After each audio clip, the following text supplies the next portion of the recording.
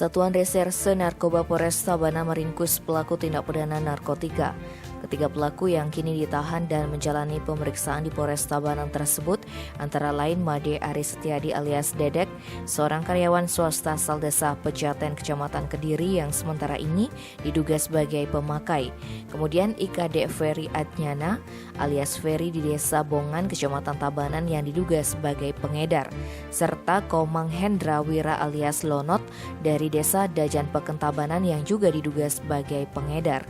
Kapolres Tabanan AKBP Renevli Dian Chandra mengatakan penangkapan ketiga pelaku berlangsung di tempat berbeda.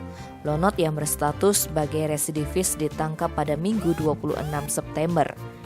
Dikatakan pihaknya saat ini masih memeriksa ketiga pelaku serta melakukan pengembangan kasus terhadap tersangka Lonot. Para pelaku diancam hukuman paling lama 12 tahun dan paling singkat 4 tahun, serta denda paling banyak 8 miliar rupiah dan paling sedikit 800 juta rupiah. Tim Bali Express melaporkan.